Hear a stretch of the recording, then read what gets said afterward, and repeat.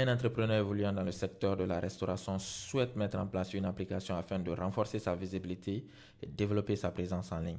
Cette plateforme permettra aux clients de connaître le restaurant, consulter les menus, passer des commandes et effectuer des réservations. Pour concrétiser ce projet, l'entrepreneur fait appel à vous en tant que développeur afin de concevoir, développer et mettre en place une solution web adaptée à ses besoins métiers. Ce besoin exprimé par l'entrepreneur ne se limite pas qu'à la création d'un simple site web.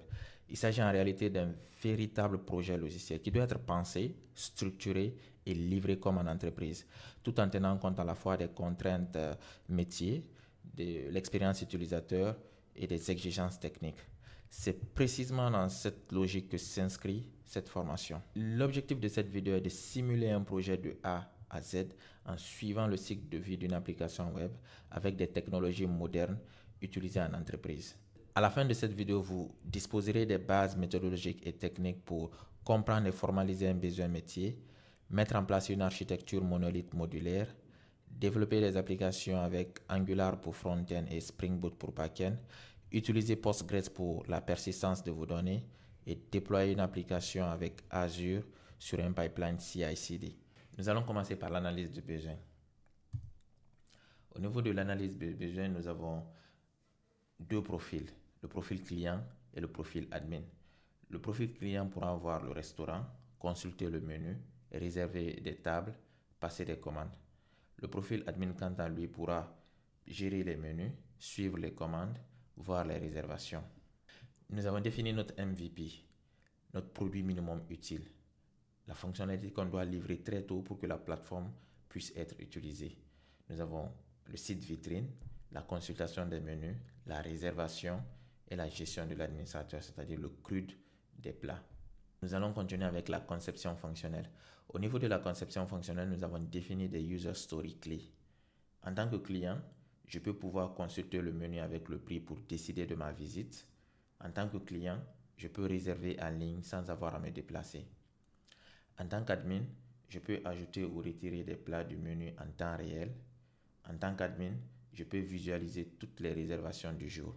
Comme architecture, nous allons aller sur une architecture monolithe modulaire. Nous allons utiliser Angular comme étant notre front-end, Spring Boot comme étant notre back-end, et derrière, nous allons utiliser Postgres comme notre gestionnaire de base de données. En termes de UX design, nous allons aller sur un template. Nous n'allons pas développer from scratch tout le front-end.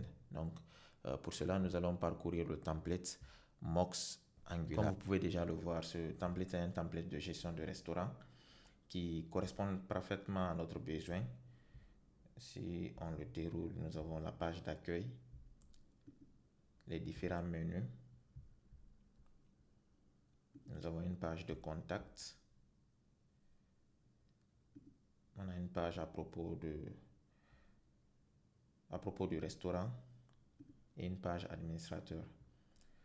Donc, nous allons utiliser ce template, le transformer pour en tirer profit. Nous allons maintenant voir notre diagramme de classe. Nous avons pu recenser 8 tables.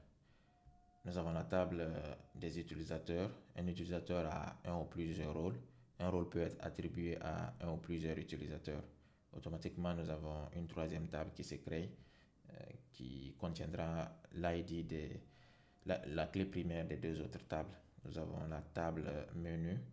Un menu à un ou plusieurs menus items. Nous avons la table des commandes. Une commande peut concerner un ou plusieurs menus items. Un menu item peut être l'objet de un ou plusieurs commandes. Automatiquement, nous avons la table order item qui se crée, qui contiendra la clé primaire de la table des commandes et la clé primaire de la table menu item. En plus de cela, nous aurons la quantité et le prix. Ensuite, nous avons la classe réservation.